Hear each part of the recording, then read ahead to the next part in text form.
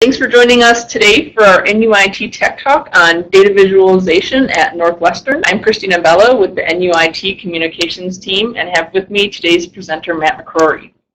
Before we get started with the presentation today, if you're having any trouble hearing me or Matt, make sure that your volume's adjusted. If you're using speakers or headphones, you turn the volume all the way up. Also, make sure you're using a wired internet connection if that's available, and that you've closed any applications in the background that are connected to the internet, any email, web browsers, anything else you might have open. It'll just give you the best connection during the presentation today, especially since Matt's going to do some screen sharing and some cool video demos. We want to make sure you can see those well. And if you have a question at any time, you can type them into the Q&A box down here, and we'll answer those questions throughout the presentation.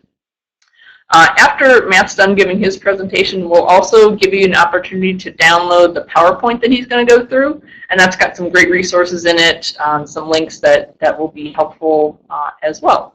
But before we get started, we have one quick poll question for you. I know many of you answered the poll questions when you registered, so it looks like we have a lot of people who are new to visualization services, a lot of staff, a good mix of faculty and grad students. But what we're curious about right now is what school or department you work in. And you can type your answers in the little box here.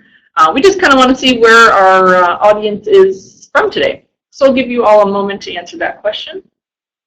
And actually, while they're doing that, I'll pull this up. And Matt, you can actually start sharing your screen and we'll get that set up. Okay. Looks like a good mix of schools and departments here. Some Kellogg. Some alumni relations. Cool. All right, we'll give people one more moment to answer that question. All right, great. Okay, fantastic. And just as a heads up, I'll also give you an opportunity if you're interested in learning more about visualization services. A screen at the end of the presentation where you can enter your email address, and Matt will follow up with you after if you're interested in learning more. So just wanted to put that out there. And with that, I will hand it over to Matt. Okay. Oh, and actually just one other quick note. If you want to make the screen bigger, since Matt is going to do some screen sharing and some video stuff, there's an option up at the top here to do this, this part of the screen, full screen. Just click the little arrows, it'll pop out. To shrink it down, if you have a question, you can just click it again and it will shrink back down and you can answer the questions. Okay.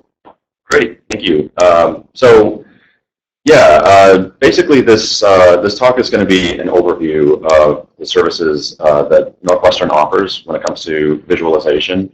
And these are becoming more and more important as researchers produce bigger and bigger data sets that are higher and higher resolution and need a way to sort of quickly sift through the data and discover things, come to conclusions and things like that. So I'm going to give you sort of a quick overview of what we have to offer. I'm going to start with a background of myself. I came here about 7 years ago. I had just finished working at DreamWorks Animation, and before that I had been doing software development for visualization tools at the University of Chicago. And before that, I was doing something similar at Argonne National Lab for their visualization group there. And I'm going to give you kind of a visual CV here of some of the stuff that I've done. So you can see on the upper left, there's some of the work that I've done that's basically research-driven. And then on the upper right, there's the industry stuff or the entertainment-driven visualization that I've done as well. And then you can see there's a mix of some other things below those two. And I'll get into some more detail here in a minute. But I want to start out with the most basic question I think we can ask about this, which is, what is visualization? And the most basic answer I can give is sort of this really simple flowchart here, where we see that we have some sort of data, and then through some process or processes, we end up with imagery. And to make even this chart more visual, I have an example here of a snippet of some of the data that was used to make the animation that's playing on the right side of the screen. So this was an astrophysical simulation where two stars were simulated as they evolve in a binary system. And so the results of that simulation, which was run on Quest, was simply just a bunch of numbers like what you see there in sort of a spreadsheet format of rows and columns. And so I was able to take an artist tool and sort of read in that file, and using that drive the particles and the stars the way you see them there on the right. So obviously you get a lot more meaning from looking at an animation versus just sifting through a big spreadsheet full of numbers. So this is basically the representation of a picture's worth 1,000 words, or exactly. in this case, yeah. a whole lot of numbers. Yeah, and in the case of animation, I guess 1,000 words times however many frames in the animation. Yeah. So expanding on this a little bit, let's consider what kinds of data we can actually turn into imagery. And really, the sky's the limit. I tell people all the time, we haven't encountered a data type yet that we haven't been able to visualize. So there's a few examples here, and body data sets, HDF5, sort of hierarchical container files, image Z-stacks, protein structures, which are typically in the form of a PDB file. So a lot of stuff, if you don't see your data type represented here, we can still probably visualize it. So, and then there's a question of, well, what can you actually turn that into? And basically, there's three sort of flavors of visualization. And these are ordered in kind of, the order that you would need them in the research process. So early on in the process, you're going to be acquiring data or simulating data, and you want a way to sort of quickly look at the data and interact with it and quantify it and potentially make discoveries from it. And later on, once you've made those discoveries, you're going to want a way to sort of disseminate that new knowledge. And typically, that's done best through things like illustrations and animations. And before I move on and start talking about the first of these, I want to just emphasize that you don't necessarily have to have data. You can have simply just ideas, or conceptual data is what I would call it. So if you have an idea for maybe a mechanism that's at work in some natural process or something like that, you can work with us, describe what it is that you're trying to show, and we're pretty good at kind of putting even just concepts into something visual. Great. So moving on, I'm going to talk a little bit about interactive visualizations first. So this is where you really start to explore and interrogate and discover and quantify your data sets. And this is all really important. Sometimes you'll need to know, well, how many times is something occurring within my data, and it might be really difficult to sift through a bunch of noise and things like that might be in your numerical data. But to be able to see it kind of all at once and sort of color things differently and represent things physically in a different way can often help you quantify things much more quickly. So in the interactive world, there's several different sort of platforms that you can use. And native apps is the first one that I'll go over. So native apps are just apps that you would run like on your computer, like many of us are doing right now. So these do all their computation locally. All your data has to be sort of local. And you have a little bit of portability. If you have a laptop with all of your data and the application on it, you can bring it with you. But it's not as portable as some of the other platforms. So another platform that we deal with is advanced displays. And what you're seeing here in the video is a tile display that we made for Dr. Tom Mead, who is over in Silverman Hall. And so what we're doing in this video is we're looking at some molecular data. We've got 3D glasses on, so this is all stereoscopic. We interact with it with an iPad. It's all touch-based. So you can do some cool things with advanced displays. And some of the benefits here are that you get massive resolution. We have almost 52 million pixels in that display. So that's well beyond, say, the 8 million pixels that you get from a digital IMAX movie theater. It's stereoscopic 3D, as I mentioned. It's completely immersive. And it's very collaborative as well, so you can get a whole room full of people there all seeing the same data and interacting.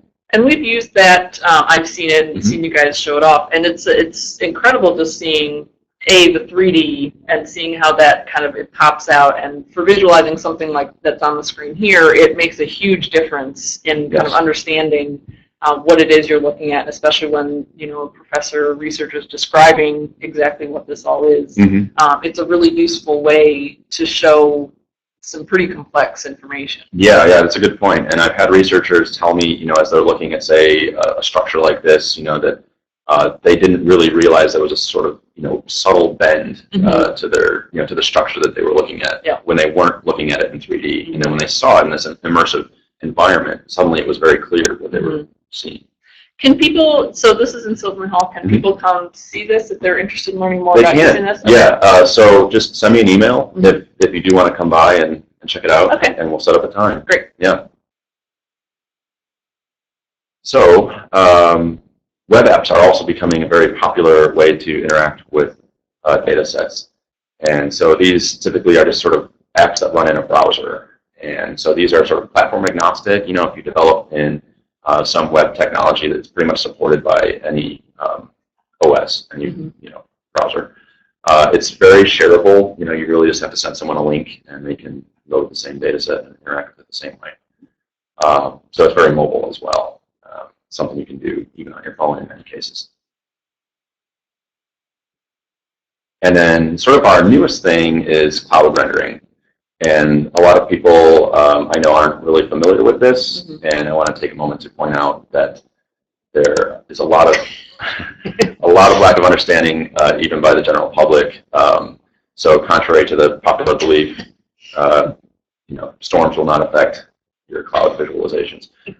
So the way this works, basically, I'm sure many of you are familiar with cloud computing, but the idea is that you have a bunch of servers in a data center somewhere. It doesn't really matter where it is. You just sort of put your data there, and it gets computed remotely.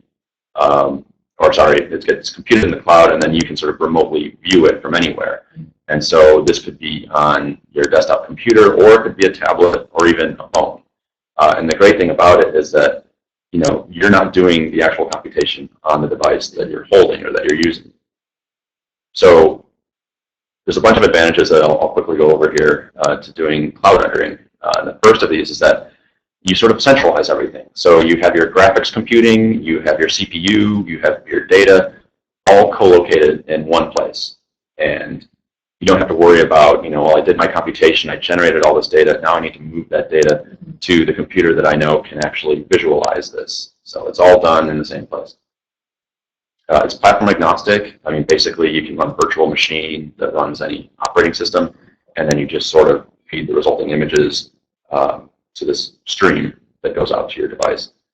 So it's highly portable. I mean, you could be in an airport with your cell phone looking at data sets that might be multiple gigabytes in size. It's collaborative. You also centralize the development of the applications, so all the applications are sort of running on the same system. So if that's Quest, for example, they would all be running on Quest. Right. And I kind of alluded to this a couple bullets ago, but you can visualize massive data sets on any device. So you could be looking at a terabyte of data being visualized, and you could be doing this from your phone, potentially, because all the heavy lifting is done in the data center, and then you're just seeing the results. And you're also able to interact with it as well. And so that's what I'm going to show in this demo. I'm going to switch to. Great. And so we were talking right before this event kind of how this style of visualization is such an improvement over kind of the old version where you had to have everything on one device in terms of time, resources, money, and just in terms of cost of the devices you're using. Right, yeah.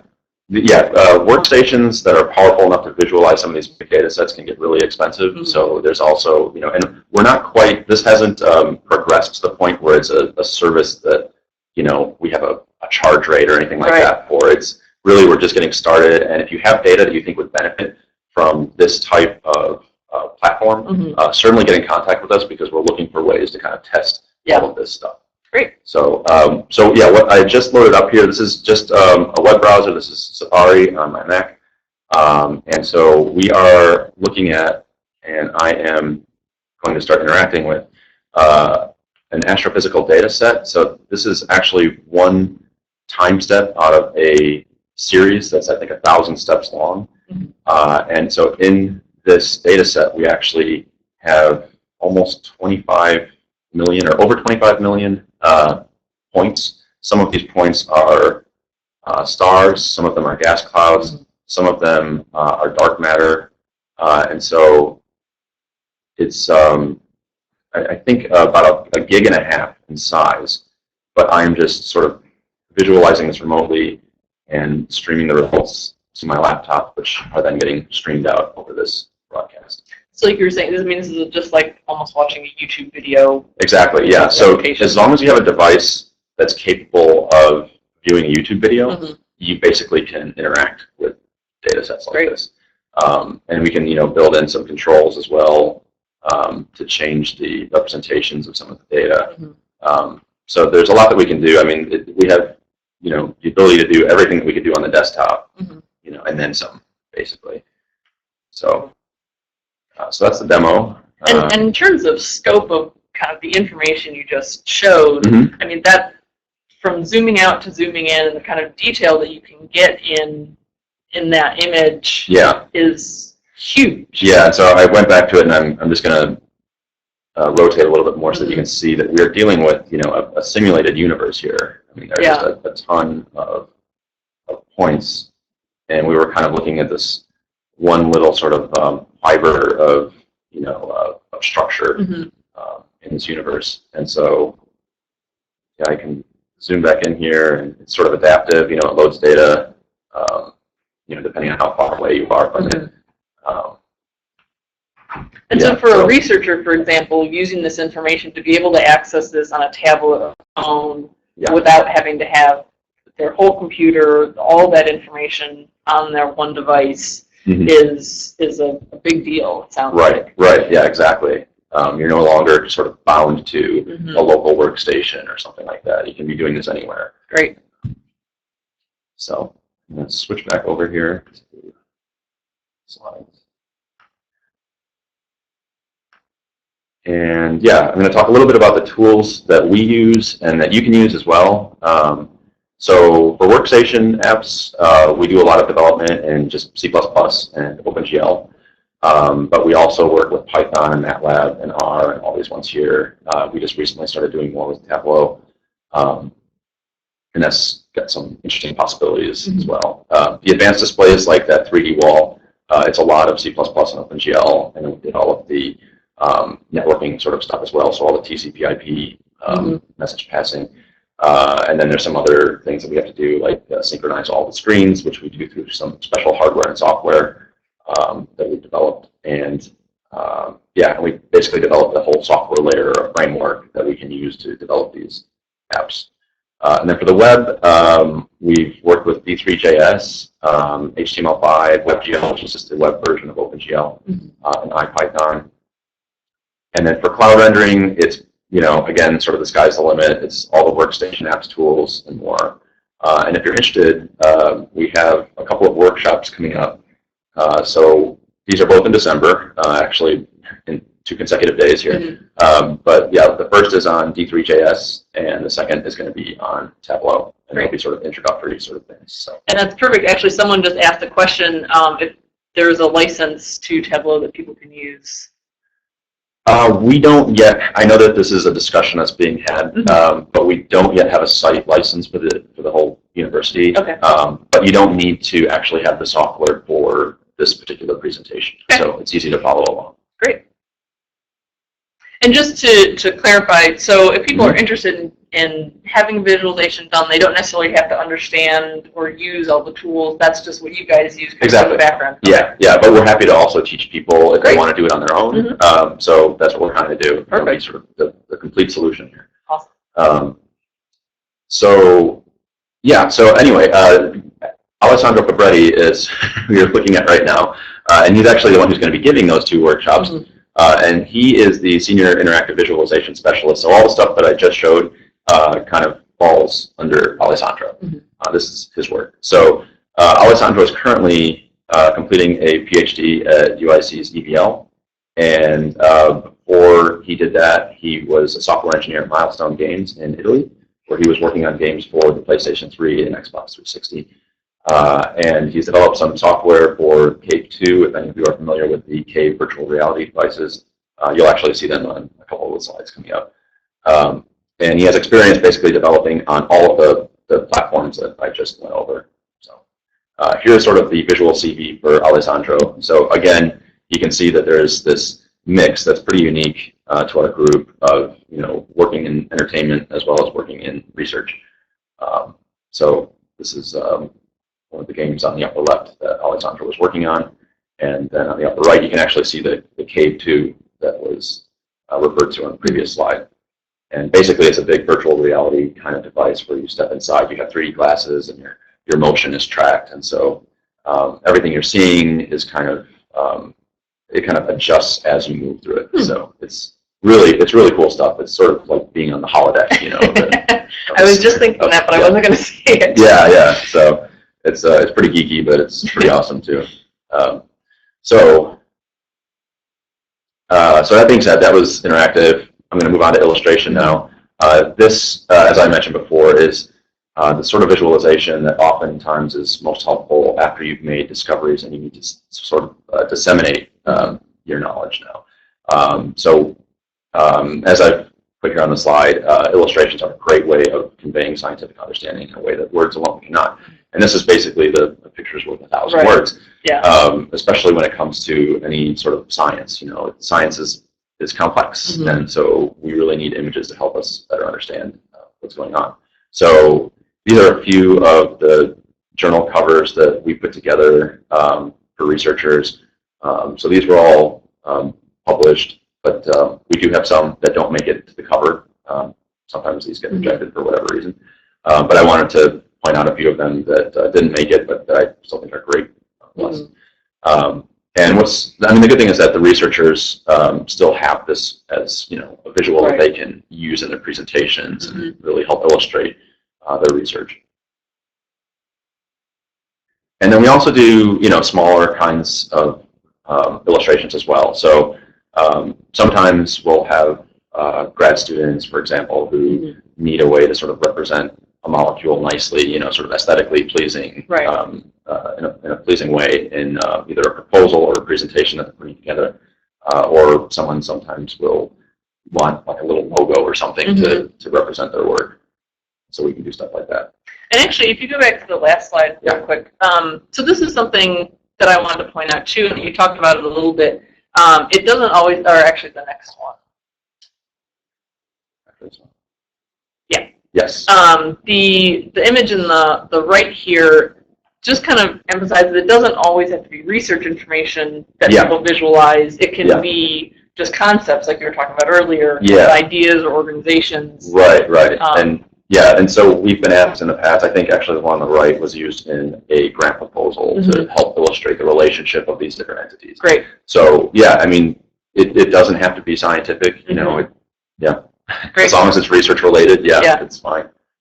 So I'm going to move into animation now. And this animation is sort of, you know, the next logical step from illustration, where now you have something temporal, something that has a time dimension, and you need to depict the progression of your data as it sort of evolves over time.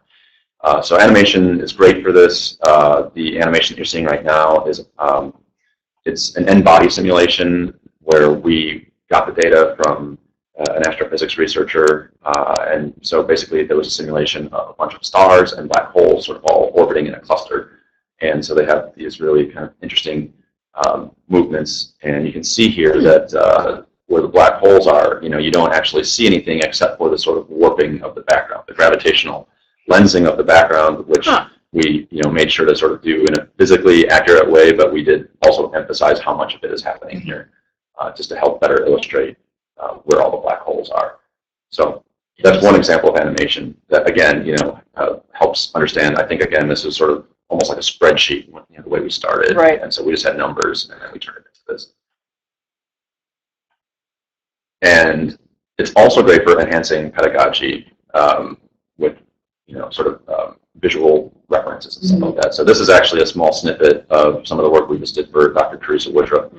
She put together this MOOC on reproductive health, and it's sort of like a you know, reproduction 101 kind of course. And so this was our first sort of work with live action, where we were basically doing visual effects and incorporating live action elements into them. So another way that, you know, visualization can really help. And I had the link there at the bottom, but you can get that in the slides. But you should definitely check it out if you're interested.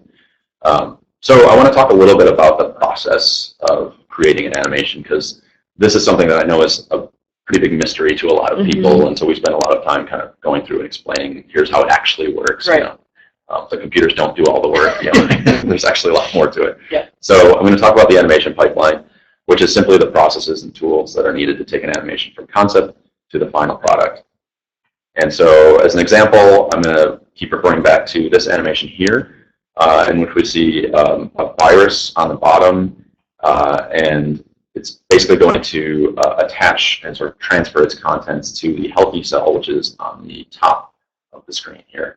And so what you're seeing here is this sort of mix of actual data from a molecular dynamics simulation, as well as some procedural animation that we did to sort of make the molecules that we didn't have actual data for animate in a way that makes them look like the other one that we have data for. Okay. So you can see here we have a couple representations going on. We started with this sort of that contour, that sort of space filling representation of this hero molecule is what I'll call it, but the main star here. But then we also see the other representation of the molecule underneath. So that's the animation, and I'm going to talk a little bit about the different steps that go into making something like that. So I'm going to go through these kind of one by one, starting with data and asset assembly. This is basically where we start with a lot of these projects. It's sort of, understanding the data format that the researchers work with, understanding the nature of the data. As I said before, we haven't really found a data type yet that we can't work with, but it does take a little bit of time to actually start to understand it and know how to bring it into our workflow and into our tools. So in this case, we had some PDB files, we had some simulations of the molecules, and so you can see here, if any of you have worked with PDBs in the past, you'll all know what that looks like. So, and so this is BMD, a little animation from that tool, which does molecular dynamics kinds of animations and stuff like that. But you can see here that this particular molecule is sort of drifting around in free space, which for our purposes isn't going to work. We have to lock it down at some point. So I'll show that later. So pre-visualization is sort of like the storyboarding step where we used to sort of, draw by hand, like one frame, keyframes, and then show it to people and say what's going to happen at each point in the animation. But this is sort of a nice, quick and easy way of generating a preview of what it'll look like. And then at a certain point, we start working on visual direction, put together some art keys, and give the researcher a chance to sort of say, yeah, this is the direction I want to go in, or no, I don't really like where this is headed. Let's do this instead. Yeah. And so you work with researchers or whoever has the information kind of throughout these steps, right? Yeah. Okay. So it's a very iterative process where we the more access we have to the researcher that we need to produce an animation for, the better. Okay. So we like to have them come by as often as possible and make sure that we're not sort of heading in a direction that they're not going to like. Right. So we want to make sure we get this all right the first time if we can. Yeah. So that was all sort of pre-production stages, and then we move into production. And the first step there is actually doing the modeling, creating the structures that we're going to animate later. And rigging is basically taking taking those models. Go back a second here, and basically building into them a sort of skeleton that can be animated. So something with joints that can be manipulated and twisted and turned and things like that. So then we move into animation, and there's a whole lot of videos that I could have put on this slide, but I just put a few here. And you can see, these are just sort of snippets of different stages of the animation process. In the upper left, you can see that sort of drifting that I was talking about before that had to be sort of locked down so that it looks like the molecule is actually attached to the surface. Right. And then, there's sort of development of the animation of the folding, which we didn't actually have real data for. We had to work with the researcher and create something that best represented their theory of how this was happening. So, yeah, and then the other two on the bottom there are sort of wireframes of bringing in additional elements, bringing in the background, and things like that. So that's kind of what you're talking about earlier with, you can take some data, but it's also kind of a creative process of going through that. Okay. Yeah, and actually one of the things that that you may have noticed was there were sort of these a dotted line underneath one of the molecules that was attaching it to the surface of the cell. And that was there because we didn't have complete data on how it was binding there. And so we just sort of filled it in with a dotted line. And then we move into the surfacing and lighting stage of the pipeline. And at this point, we've got models, they're animated, but everything has a surface to it that absorbs and reflects and emits light in different ways. And that's what really gives everything the look that it has. So, the look of like a wooden table is very different than the look of, say, your skin, because your skin's absorbing and re-emitting light, things like that. So we go through and we develop what are called shaders to apply to the surfaces, and we place lights in a scene. And a lot of times there'll be a lot of lights.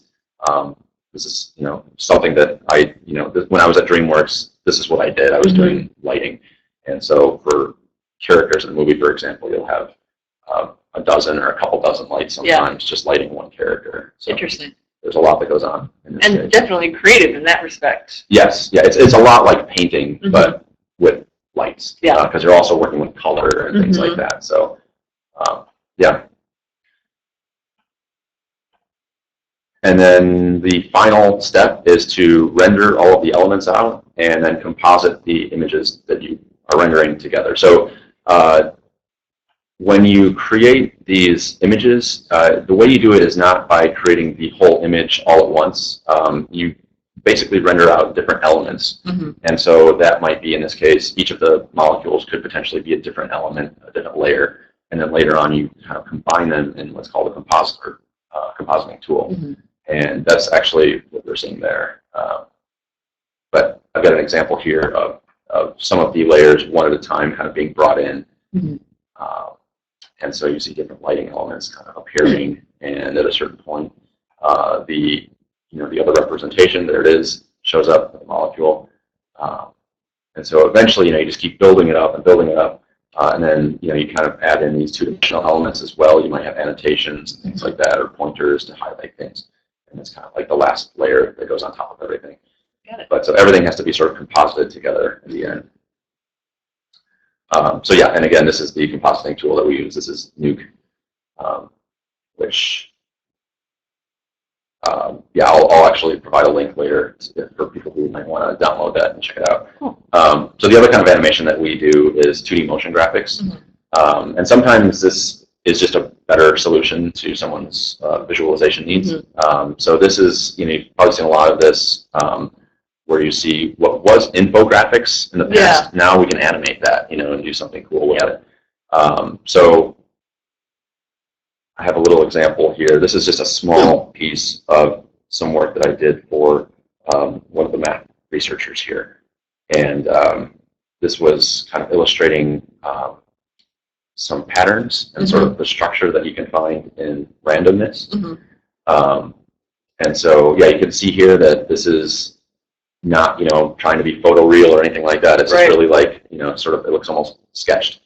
But sometimes that's actually a better solution for explaining things. But again, I mean, in terms of translating a concept into kind of a visual, I from my own past math experience, this would have been so much better to understand in some ways than words or just kind of descriptions of it. Yeah, I wish I had some of these when I was in school. Exactly. I probably stayed in calculus a little longer. So yeah, so that's sort of the 2D motion graphics animation. And then here's some of the tools that we use. So Maya is kind of a one-stop shop in a lot of ways. It can do just about everything. You can do your modeling, your rigging, your surfacing and lighting and animating, all within Maya. And they do have educational versions of this. And so, yeah, if you go to that link there, I think I updated all these because I know a couple of them stopped working since the last time I presented this. But yeah, so you can download and try it out. And actually, at the very bottom, the link that I provided is a great resource for just tutorials on how to use Maya and After Effects. Actually, they have some stuff there as well. So After Effects is one of the Adobe tools that we sometimes use for compositing. NUIT actually we use for more of the compositing of different elements together, like I was describing. After Effects can do that as well, but I think it really excels more with 2D motion graphics, and so that's what was used to do all of the math animation that we showed. Great. So, and I think that we have a really cheap version of After Effects as part of the Adobe suite that students should have access to. So yeah, and then Justin MUIR is our senior animation specialist. So all the stuff that I was just showing, I think pretty much all of it was Justin's work, including a lot of the illustrations that you saw earlier. And Justin joined us a couple years ago after being in the gaming industry for about 20 years. So he had a lot of industry experience that he brought here. His most recent position before senior animation specialist position was at Day One Studios as an art manager working on Silent Scope and Fear 3. He was also for a while the director of animation at Midway Games and is sort of our all-around expert in a lot of the digital animation tools. So he knows Maya inside and out. So if any of us has a question about Maya, we know who to go to. Great. So. And then here is, again, the visual CV, the demo reel, basically, for Justin. And I actually have two for him because he's done a lot of work. But so all of this is the work he's done in the entertainment world. So some of this, I'm sure some of you will recognize. But so again, very entertainment-driven stuff. And then this is all stuff that he's done since coming to Northwestern. So, and there's actually plenty more that I could have put up here as well. But so animating in the upper left, and then kind of in that middle column on the bottom, that's actually OO-site data. So that was actually a Z-stack that we took into our artist tools. I think this, actually, I know this was done in Maya, and I think the renderer might have been Mental Array for this. But yeah, basically, again, we're using artist tools with research data to create something that's maybe a little bit more aesthetically complex than what some of the research tools might be able to produce. So now I want to talk a little bit about how we can help. And so the answer is, well, if you have any questions, obviously, please don't hesitate to ask. If you're just even looking for visualization software because you have a certain data type that you want to look at and you don't know what tool does it, we might know of some, and they might not even be like the mainstream kinds of tools. So small-scale visualizations are something that we will do, free of charge.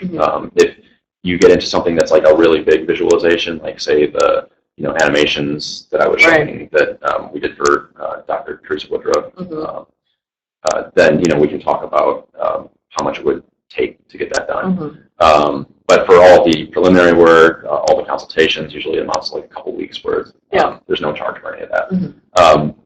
And so if you are looking at doing some really large-scale visualizations that are going to require maybe months of engineering effort or something like that, and you have some way of funding it through a grant, we can help with the grant proposal and actually give you guidance on what something's going to cost, and then actually put together some of the text and things like that. Great. So we're happy to do that as well. So the process, essentially, you start at our website, visualization.northwestern.edu. There's a link there that you can click to request a consultation. That basically is just a way of emailing us. And it's fine, too, if you want to email one of us directly. We'll make sure you get to the right page and stuff.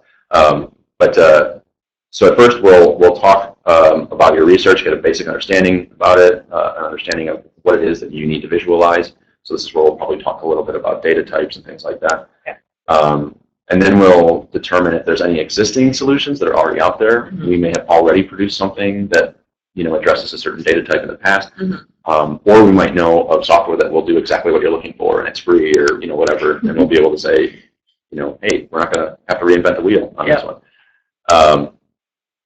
And then at that point, we'll do some more preliminary investigation and production of previs or proof of concept code. So this is where we'll just kind of see what it's going to take to actually create the visualization. And if it turns out it's going to be like a really massive project, then we'll generate the estimate of what it's going to take to get it done. Our recharge rate is $60 an hour, and it's sort of subsidized, it's largely subsidized by the university, so 60 is sort of the remaining amount. But, I always hesitate to throw this number out there because there's a lot of confusion about, how long it might actually take us to generate something. So some of these projects might not take anywhere near as long as a researcher might think it will. And then at that point, we just iterate with the researcher until the job is done. So that's kind of the end of the process, and that's really it. Fantastic. Yeah. So let's see. So if anybody has any other questions, again, feel free to type them in. I'll wrap things up, and I'll give people an opportunity on the next couple slides to give us your email address if you're interested in learning more or being followed up with by Matt or someone on his team. If you have a project that you're interested in or just want to kind of bounce some ideas around, they welcome that. So yeah. Great. So we have 3 quick poll questions. Here. Okay, so 3 quick poll questions, and the first question is, do you plan to apply any of the information you learned today? And we'll give you all a moment to answer that question, and I'm actually going to put this in here at the top. Sorry, moving that around on you. If you're interested in learning more, you can type your email address in here, and this will stay up as I'm going through these poll questions.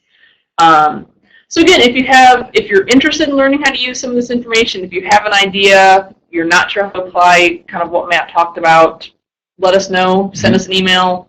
We're happy to follow up with you to kind of talk through some of these ideas. But that's really what Matt and his team are there for, and what they're great at doing.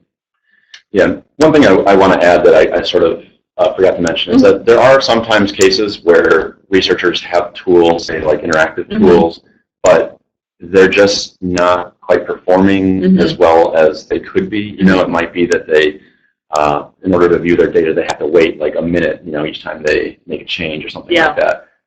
And there are cases where we've been able to take the same data that they're looking at in one tool and sort of create something that's much faster and that they can more quickly interact with. And so you can potentially save a lot of time. That's always a good thing. Be more productive. So yeah, I mean, certainly if it's even something like that, like I have a tool that's really slow, you guys have any ideas for how to make it faster? Great. Don't hesitate to ask.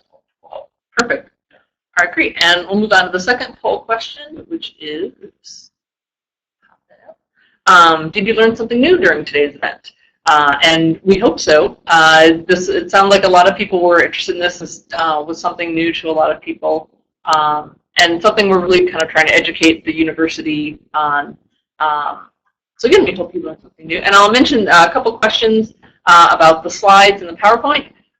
We will have those available to download on the next screen that I'll bring you to. We're also recording this, so you can watch it at your leisure. It'll be posted later today or tomorrow on our YouTube channel. And if you registered for this event, which you did if you're here, you'll also get a link to the recording and the PowerPoint if you want to view it later. So just a heads up on that. All right, and we'll move on to the last question here, which is, on a scale of 1 to 5, 5 being very satisfied, how would you rate the overall quality of today's event? And again, if there's anything we can do to improve these events, do let us know. We always make adjustments and changes based on your feedback, so we're always happy to hear suggestions. So if there's any other topics you're interested in hearing about, let us know that too. We always change topics based on what people are interested in learning as well. Okay, great. So I'll give people one more moment to answer that question. And again, if you're interested in being followed up with by Matt or someone on his team about visualization services, you can enter your email address up here, and they will follow up with you as well. Okay, great. And I'll move on and show you where you can download a copy of Matt's presentation. Okay, so if you click on this file here, there's a little button that says Download File. And you can download that. It'll open up in a new web browser for you. And again, we're recording this, and we'll also have a copy of the presentation available on the NUIT website, so you can go and view it there if you want to refer back to it later or share it with colleagues. And again, thank you all so much for attending. Our next Tech Talk is going to be in 2 weeks. We're going to be talking about Box and the file sharing service. And as Matt mentioned, he has a couple demonstrations or information sessions coming up about their services, and you can find out more about that on the NUIT website as well. Thanks so much, Matt. This was a great presentation. Yeah, absolutely. Have a great afternoon, everyone.